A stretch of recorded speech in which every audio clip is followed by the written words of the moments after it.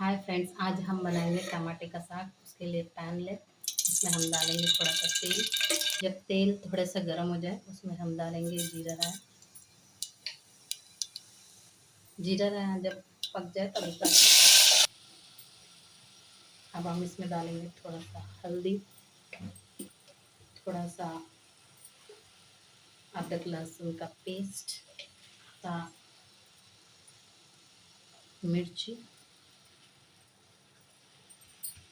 और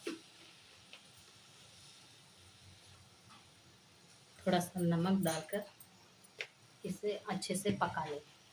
जब टमाटे का साग थोड़ा सा पक जाए उसमें हम डालेंगे थोड़ा जीरा मेथी का पाउडर, थोड़ा सा धनिया और थोड़ा सा कोतमीर कलमा डालकर इसे और 2 मिनट के लिए पकने दें। ये आपका टमाटे का करी रेडी है। अगर वीडियो पसंद आए तो लाइक करें, शेयर करें, सब्सक्राइब करें। Thank you.